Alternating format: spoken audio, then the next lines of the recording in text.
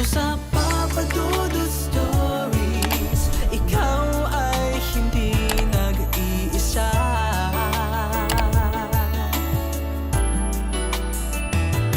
Dito sa Papa Dudut Stories, may nagmamahal sa'yo.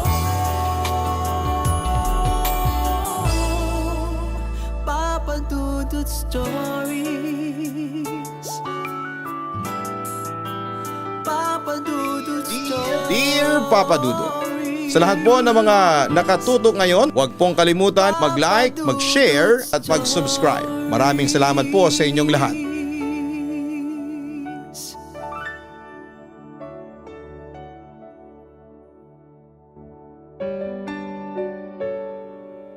May mga bagay sa ating buhay na minsan ay hindi natin maipaliwanag. Ang minsan ay inaakala nating simpleng bakasyon lamang ay maaari din palang magdala sa atin sa mga bagay na hindi natin inaasahan. Dear Papa Dudut, hello po sa inyo at sa lahat ng inyong mga tagapakinig. Ako nga pala si Tristan, hindi ko tunay na pangalan. 25 years old at isang certified traveler. Tubong Manila ako at kasalukuyang nagwo-work as a BPO agent. Sabi nila ay medyo kalug daw ako and very approachable na tao. Pero sabi lang naman po nila yon. Ang tingin ko kasi sa sarili ko is medyo awkward and shy type na nilalang. Siguro yung marunong lamang talaga akong makisama. Kaya naman feeling ng iba ay madali akong makasundo. Sa totoo lang po kasi I prefer to be alone. Introvert kasi ako by nature. Pero dahil nga sa aking trabaho ay medyo kailangan kong makihalubilo in order for me to grow. Kapag medyo stress na and need ng makahinga ay nagtatravel ako para naman ma-relax ang aking sarili. Although introvert ako ay medyo adventurous naman ako when it comes to traveling. Gusto ko dun sa mga lugar na kakaiba at masusubukan ang lakas ng aking katawan. Kaya naman kadalasan ay mas pinipili ko yung mga aktibidades na may kasamang hiking bukod pa sa sightseeing. Kumbagay nature tripping ang gustong gusto ko sa tuwing gumagala ako. Alam naman siguro nating lahat kung gaano ka-stressful ang mundo ng BPO minsan. Kaya need din talagang makasagap ng sariwang hangin at mag-unwind para maiwasan ang burnout. Madalas sa mga lakad ko ay mag-isa lang talaga ako. Since medyo introvert nga ako, mas nai-enjoy ko ang mga lakad ko ng mag-isa. Feeling ko kasi, mas nare-relax ako dahil solo ko ang oras ko at wala akong iisipin na sino mang kasama. Sa ganitong paraan ko binubuhos ang mga free time ko. Like day off or leave kung papayagan ni TL. Hindi naman ganong kahigpit ang company na pinagtatrabahuhan ko. Kaya kahit papaano ay napapayagan ako. Saka ginagamit ko lamang talaga ang mga leave ko kapag need na need ko nang mag-travel. Bakit ko nga ba ito ino-open up sa inyo? May kinalaman kasi sa isa sa mga travel ko ang aking kwento na nais kong ibahagi sa inyo. Masasabi ko na katulad ako ng ibang tagapakinig at letter sender ninyo na parang hindi naman naniniwala sa mga kwentong nakakatakot. For me kasi hindi naman totoo ang mga aswang, mangkukulam o any bad spirits. Pero sa naging karanasan ko noon, doon ko napatunayan na mali pala ang akala ko. May mga pagkakataon talaga na ikaw ang mapipili ng tadhana na mapaglaruan at maturuan ng leksyon para mabuksan ang inyong mga mata sa mga bagay na akala mo ay imposible. Nangyari ang kakaibang experience ko nang maisipan ko mag-travel papunta ng Thailand. Ang dami ko kasing nakikita sa social media ng friend of friends ko na pumupunta doon at kita ko talagang enjoyment sa kanilang mga mukha. So naisip ko na why not dito naman ako mag-explore, hindi ba? Agad akong nagpabook ng aking flight pero syempre paalam muna sa TL ng exact dates.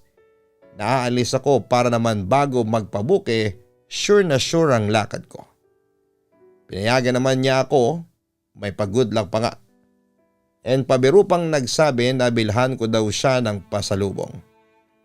Ako naman ay tawa ng tawa pero matik naman yon na may mga pasalubong yung mga medyo nakakausap ko sa aking company. Medyo nakakaramdam na nga ako ng pagka-excite para sa panibagong memories na magagawa ko. Isa din kasi talaga yon sa mga pangarap kong puntahan. Kung todo bilin pa sa akin ang mga kasamahan ko sa work kasi baka daw mabiktima ako ng mga napapanood nilang mga nakakatakot na mga nagpapakita doon. Ako naman ay sitawa lang. Sa isip ko ay hindi naman totoo ang mga yon at mga kathang isip lamang ng mga taong malilikot ang utak. Kaya naman wala akong dapat na ikabahala. Same as usual ng mga ginagawa ko. Bago dumating ang araw ng pagbabiyahe ay namili na ako ng mga kailangan ko. Simpleng mga gagamitin ko lang like travel kits. Nang may handa ko na ang mga yon ay nag-impake na rin agad ako. Para naman wala na akong iisipin bago umalis. Ayoko kasi yung feeling na gahol sa oras. Kaya maaga pa lamang talaga ay naghahanda na ako. Kaya naman nang dumating ang araw na aalis na at is na ako hanggang sa makabiyahe. Inabot din ata ng kulang-kulang 4 na oras ang biyahe ko. Since nakapag-research na rin naman ako ng mga destination ko, ay nakaset na rin ang mga gagawin ko sa mga susunod na araw. Sa ngayon ay nagpahinga na muna ako sa hotel na aking tutuluyan para naman mabawi ko ang pagod sa biyahe. Nang magising naman ako ng bandang hapon ay inayos ko muna pansamantala ang aking mga gamit. Ayoko kasi na magulo ang mga ito, lalo na kung wala naman ako sa aking apartment na tinutuluyan. Matapos kong ayusin ang mga bagay-bagay na yon, ay nag-explore naman ako sa kalsada ng aking pinuntahang lugar upang tignan ang mga sikat nilang mga street foods. Alam kong medyo exotic talaga sila pero na-shock pa din ako sa mga kakaibang putahe nila dito. Kahit sinasabi ng iba na dapat daw ay itry mo yung mga hindi mo pa nasusubukan ng mga pagkain. Parang ayoko pa din subukan ang mga ito.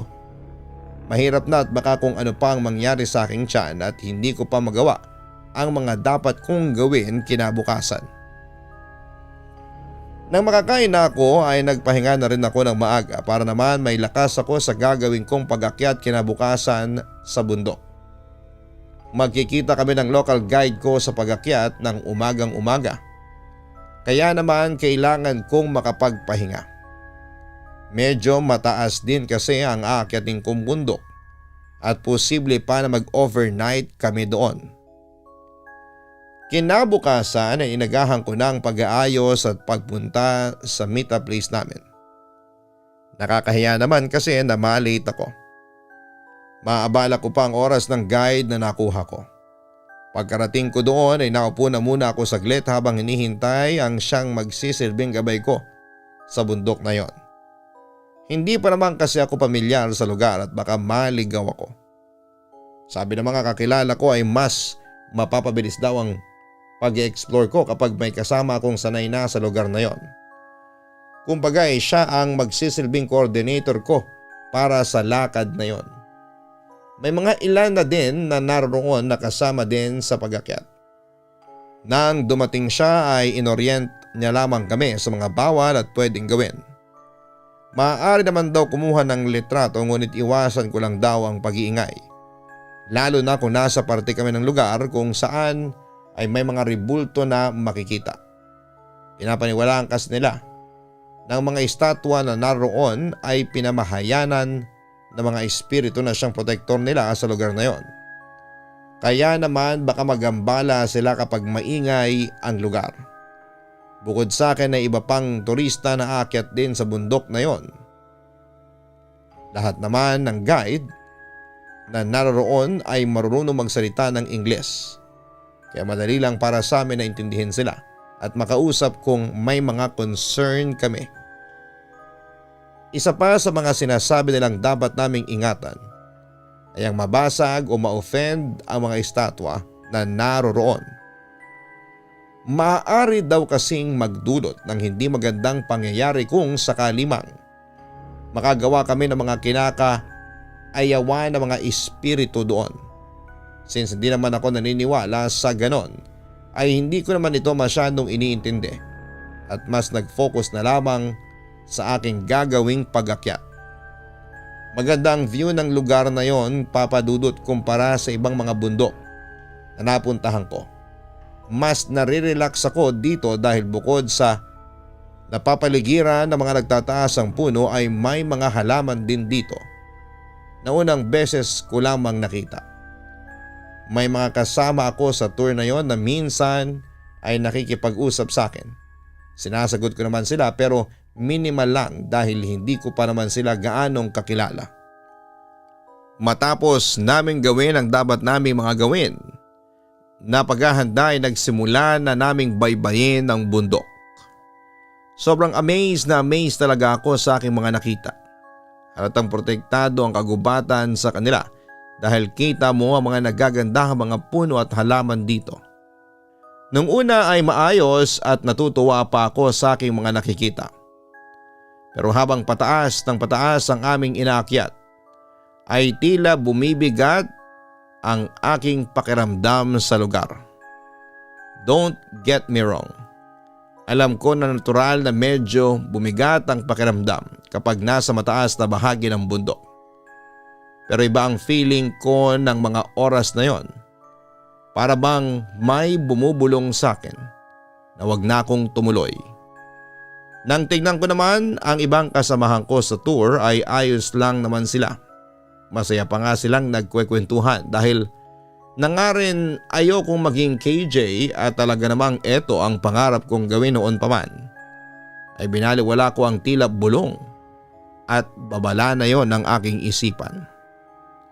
Hindi ko naman alam na ang pagbabaliwala ko pa lang yon ang siyang magiging dahilan upang maranasan ko ang isang bagay na kailanman ay hindi ko makakalimutan. Kasalukuyan muna kaming nagpapahinga dahil medyo pagod na rin naman kami sa pag-akyat. Medyo maaga pa rin naman kaya naman nagpasya kami na mag-snack muna. Nakaramdam ako ng mga oras na yon ng tawag ng kalikasan. Kaya naman nagtanong ako sa aming guide kung saan ako maaaring maghanap ng palikuran. Sinabi nitong may malapit naman na maaaring maggamit doon. Pero mag-ingat lang daw ako dahil may mga ribulto sa lugar na yon. Dahil nga kailangan ko na talagang gumamit ay hindi ko na masyadong inintindi ang iba pa nitong mga sinasabi. Agad ako nagpunta doon para gawin ang business ko. Medyo awkward pa nga kasi parang may mga matang nakatitig sa akin sa ginagawa ko. Kaya tuloy ay parang gusto kong tapusin agad ang seremonyas ko. Nang matapos na nga ako ay nagmamadaling akong lumabas dito. Medyo binilisan ko na rin ang aking lakad at nakayuko lang dahil medyo gumagana na ang pagiging malikot ng utak ko. At naalala ko ang mga napapanood kong horror movies tungkol sa ganong mga lugar. Alam niyo yung mga may bigla na lamang lalabas na kung ano sa gubat? Natatawa pa nga ako sa aking sarili ng oras na yon dahil hindi naman ako naniniwala sa mga kakaibang nilalang pero natatakot ako sa simpleng pag-ugoy ng mga puno sa bundok na yon. Malapit na sana ako sa aming rest stop nang hindi sinasadyang mapatid ako sa nakausling ugat ng isa sa mga puno doon. Upang hindi ma-out of balance ay napakapit ako sa tila bato na nakatayo sa lugar. Hindi man ako natumba ng tuluyan ay nabasag naman ang batong nakapitan ko. Nang tingnan ko ito ay doon ko napagtanto na ito pala ay isa sa mga rebulto na makikita sa bundok na aming kinakalagyan. Kinabahan agad ako.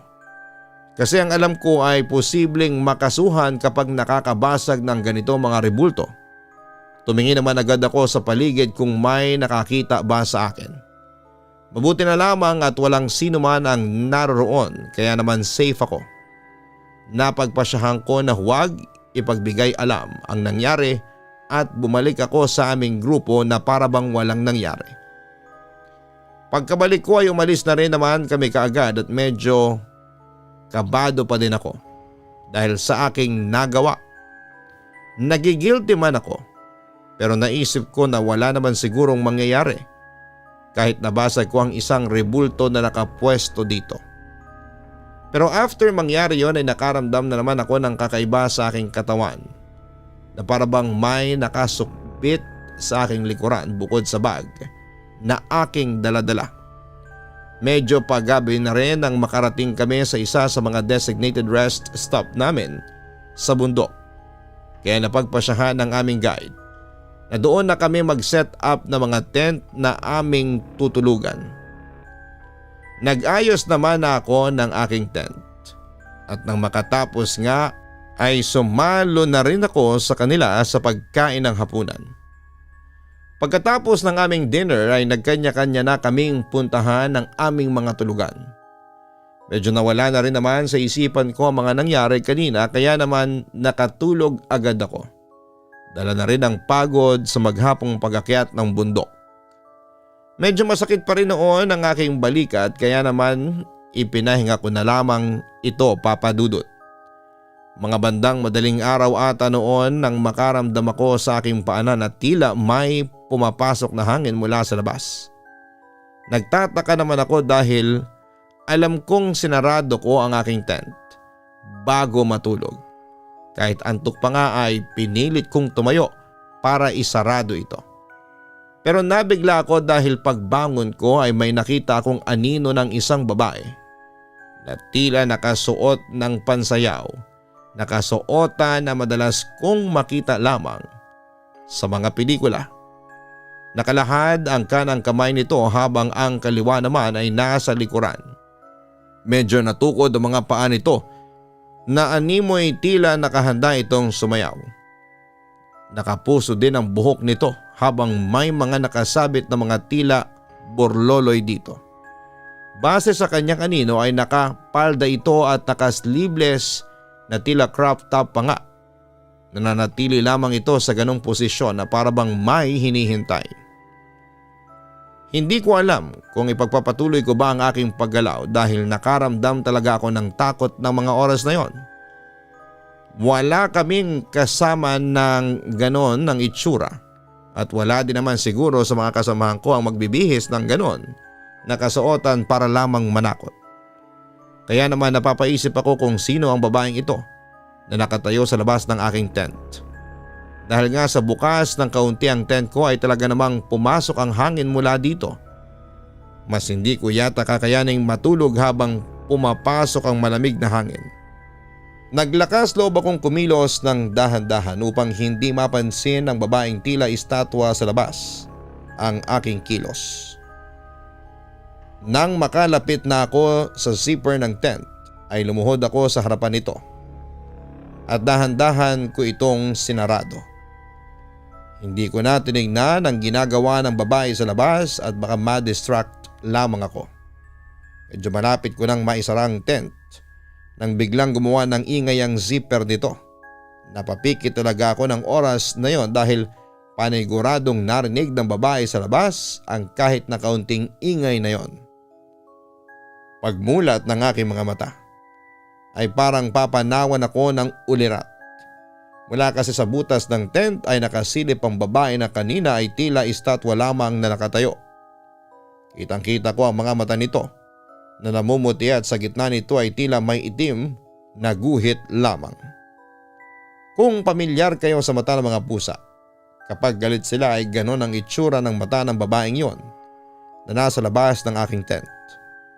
Napaatras talaga ako bigla pagkakita ko dito. Nakita ko na ang kanina ay nakapwesto niyang katawan na tila ba sasayaw ay ngayon ay nakabaliko na.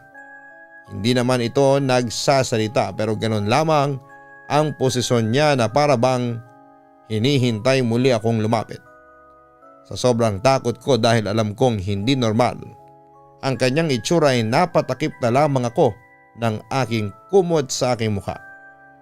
Ipinikit ko din ang aking mata upang hindi makita kung ano ang ginagawa nito. Hindi ko na alam kung gaano ako katagal na natili sa ganong posisyon bago ko maramdaman na may nagbubukas ng aking tent. Since hindi ko naman siya kasi totally na isara dahil nga sa pagsilip ng babae ay maaari itong mabuksan mula sa labas. Mas sinigpitan ko pa ang kapit ko sa aking kumot na hawak bago ko maramdaman na may humahawak sa akin. Doon ako nagpapalag ng husto sa pag-aakalang ang kumakapit sa akin ay ang babaeng tila mananayaw. Nagulat na lamang ako nang marinig ko na parang umaray yung nasipa ko. Dito na ako nagtanggal ng taklob ko at sinilip kung sino ang humahawak sa akin. Nakita ko ang guide namin na hawak ang ilong nito. Halata sa mukha niya na nasaktan siya. At ako naman ay sobrang na-guilty dahil alam kong masakit ang ginawa kong yon sa kanya. Todo hingi ako ng sorry sa kanya dahil sa nagawa ko. Hindi naman niya dinamdam yon at parang nagtaka pa nga siya sa iginawi ko. Nagtatanong siya sa akin kung binabangungot daw ba ako. Sinabi ko na lamang na nagulat lamang ako sa ginawa niyang pagising sa akin kanina. Medyo may pagtataka pa din ang mga tingin niya sa akin pero hindi ko na ito pinansin. Ayaw ko namang sabihin ang nakita ko dahil baka kung ano ang isipin nila.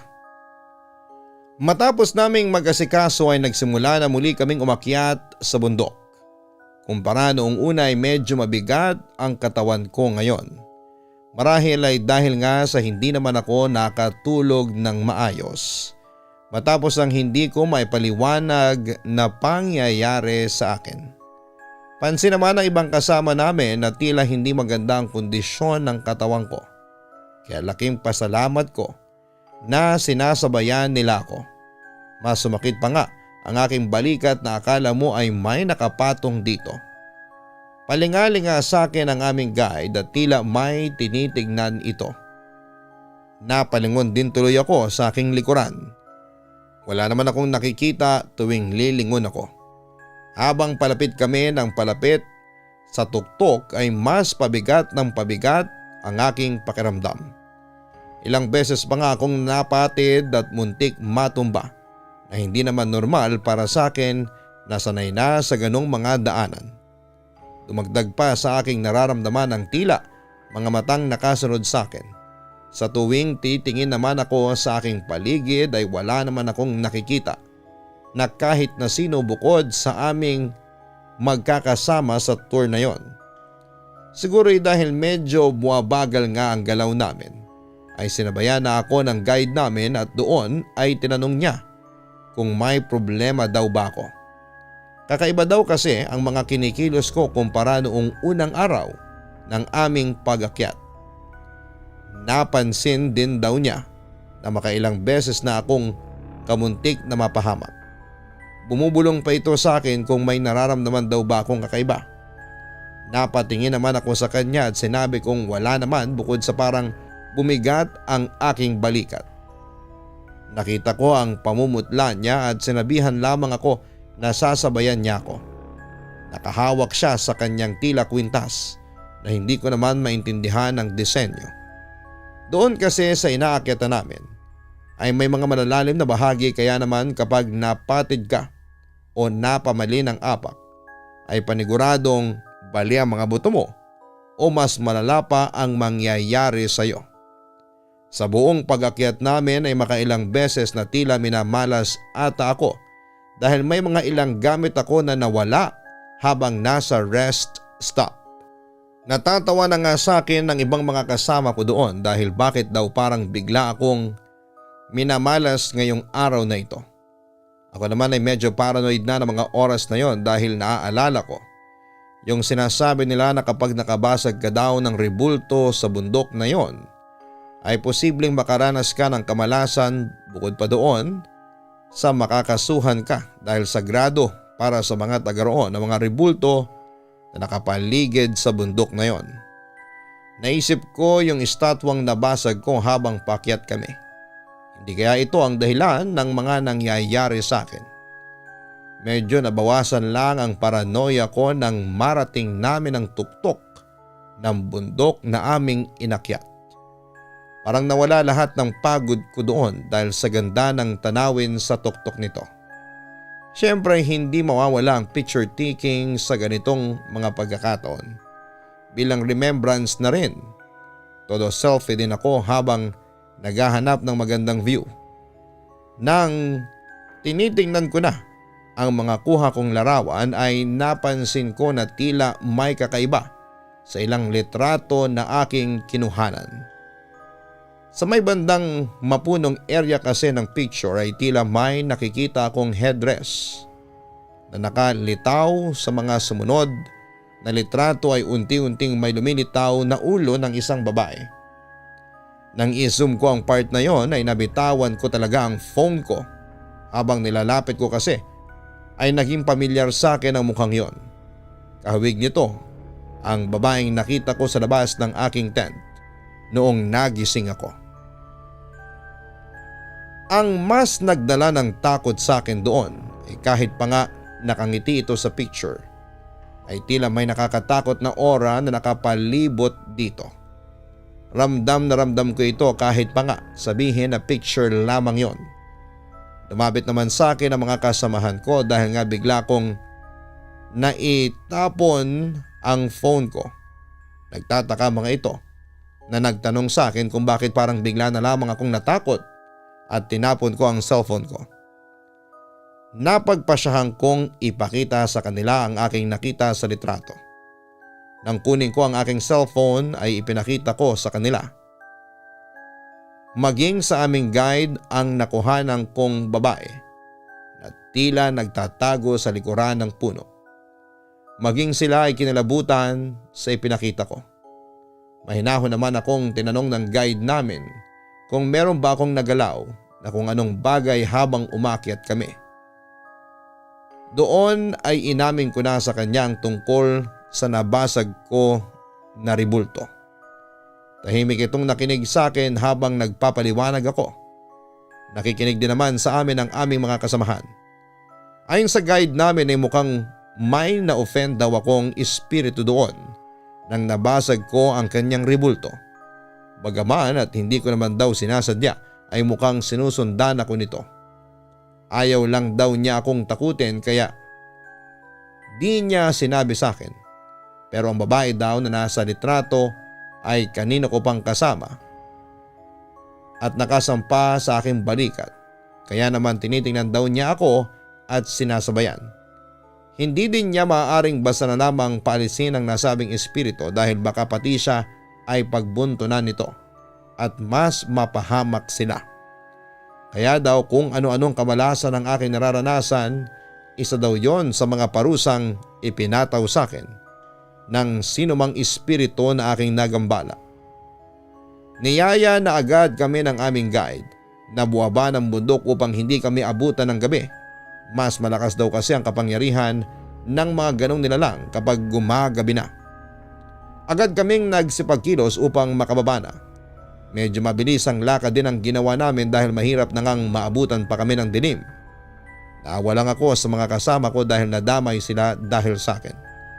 Pero ang nakapagtataka lamang kahit na anong bilis naming maglakad ay parang hindi kami nakabababa at di namin marating ang baba ng bundok. Ramdam ko ang kaba ng iba naming mga kasamahan pero hindi lang din nila ipinapahalata. Maging ang guide namin ay tila natataranta na rin dahil sa mga nangyayari. Medyo napapagod na kami kaya naman nagpahinga ulit kami.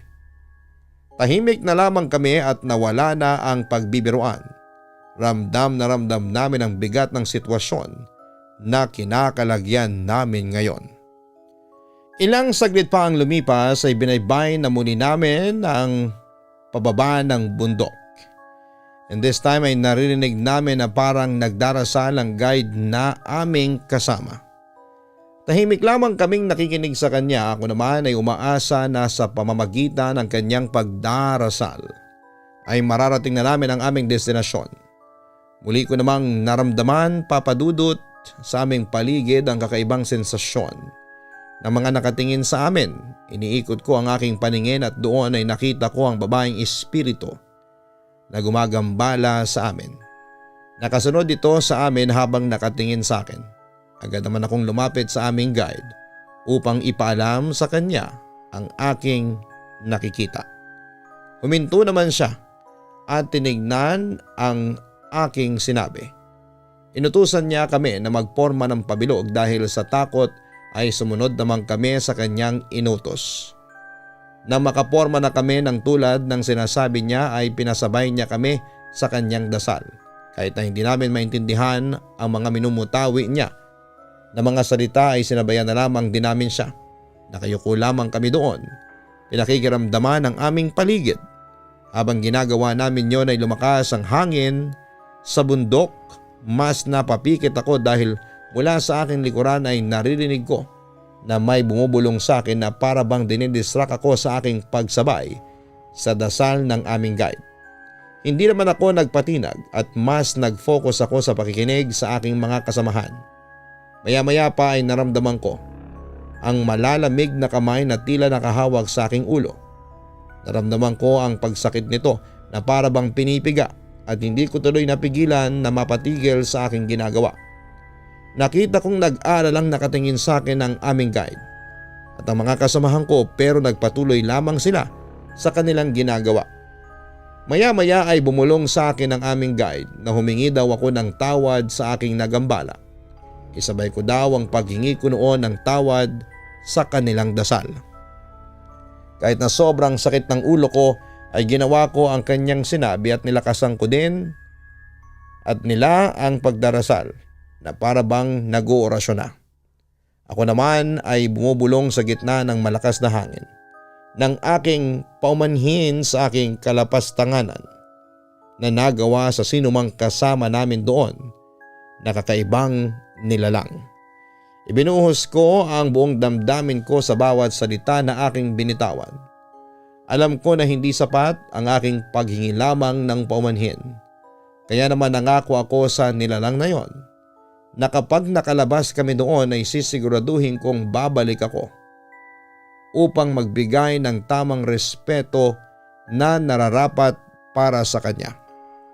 Naramdaman siguro nito ang aking senseridad. Kaya naman makalipas ang ilang minuto ay tila kumalma na ang kaninang malakas na hangin.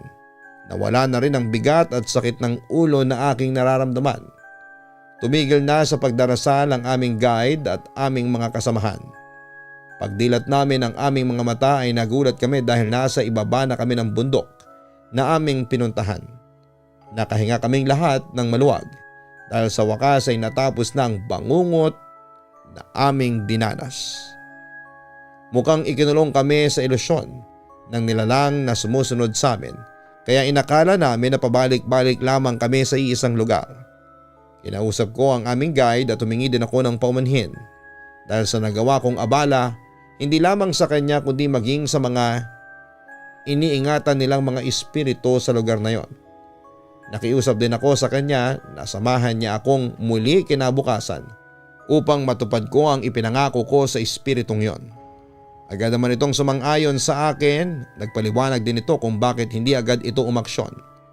Maaari daw kasi kung tinigilan namin ang pag-akyat ay mas magalit sa amin ang espiritu.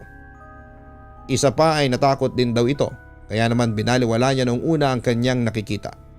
Naintindihan ko naman siya kaya naman wala na sa akin kung hindi niya agad ako natulungan sa dapat gawin. Parang Patang-pata ang aking katawan nang makabalik ako sa hotel na aking tinutuluyan. Hindi ko ini-expect ang mga pangyayaring yon at naging aral din sa akin ang nangyaring ito. Itinulog ko na lamang din ang aking nararamdaman na pagod ng araw na yon. Kinabukasan ay muli ako nakipagkita sa aming guide at bumalik kami sa lugar kung saan ko nabasag ang rebulto. Nagalay ako ng prutas at mga kakanin na ayon sa guide na kasama ko ay gustong-gusto ng mga espiritu sa kanilang lugar. Tinuruan din niya ako kung paano ako magdarasal upang maiparating ko ang mensahe ko para sa akin na gambalang nilalang.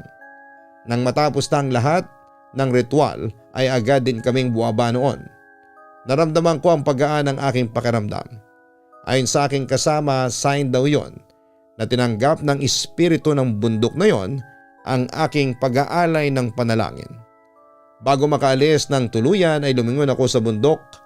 Sa paanan noon ay nakita ko ang babaeng espiritu na nakangiti na sa akin.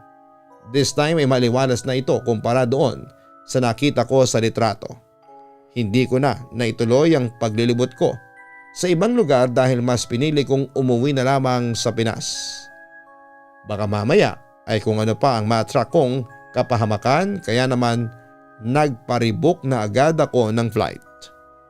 Hanggang ngayon ay medyo mahirap pa rin para sa akin na paniwalaan ang mga nangyaring yon. Para kasi sa tulad ko na hindi naman paniwalain sa mga kababalaghan ng mundo ay parang isang panaginip lamang ito. Ang nagsisilbi ko na lamang na alaala na talagang naranasan ko ito ay ang pinaprint kong litrato habang nasa tuktok kami ng bundok. Bukod kasi sa alaala ito ng unang akyat ko doon, nagsisilbi din itong paalala sa akin sa lahat ng oras na kahit saan ako magpunta ay dapat na irespeto ko ang paniniwala ng mga tao sa lugar na yon upang hindi ko na muling maranasan pa ang kakaibang pangyayari na kahit kailan ay ayaw ko nang maulit pa. Hanggang dito na lamang po ang aking liham, Papa Dudut. Naway magsilbing paalala din po ang aking kwento sa iba ninyong tagapakinig upang hindi nila tularan ang aking kamaliang nagawa. More power sa inyong programa. Lubos na gumagalang, Tristan. Tulad ng paalala ng ating mga magulang sa tuwing pumupunta tayo sa ibang lugar, mahalaga ang pagbibigay respeto sa mga paniniwala ng mga individual na naninirahan dito. Nakikita man natin sila o hindi, wala namang mawawala sa atin sa pagsunod sa mga simpleng tagubilin dahil madalas ang simpleng pakikinig at pang-uunawa ang siyang nagsisilbing gabay natin upang hindi tayo makagawa ng mga bagay na sa bandang huli ay ating pagsisisihan.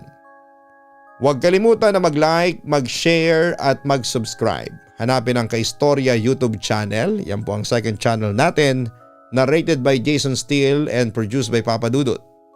Ganon din ang Papa Dudut family sapagkat sa ating pong every episode ay may chance kayong manalo ng GCash prize. Maraming salamat po.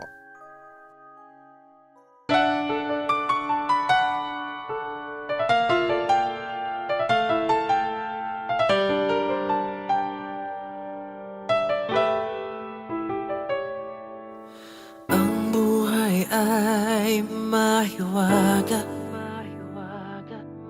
laging may lungkot at saya. Sa Papa Dudut Stories, laging may karamay ka.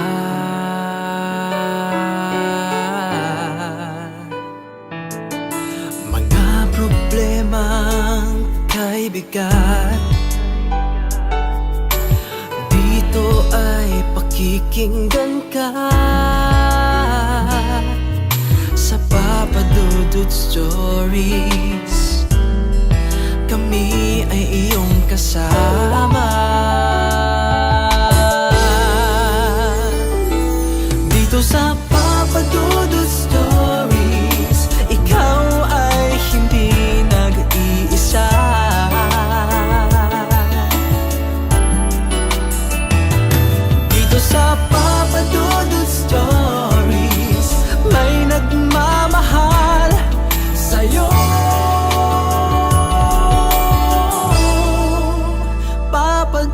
Dudut Stories. Papa Dudut Stories.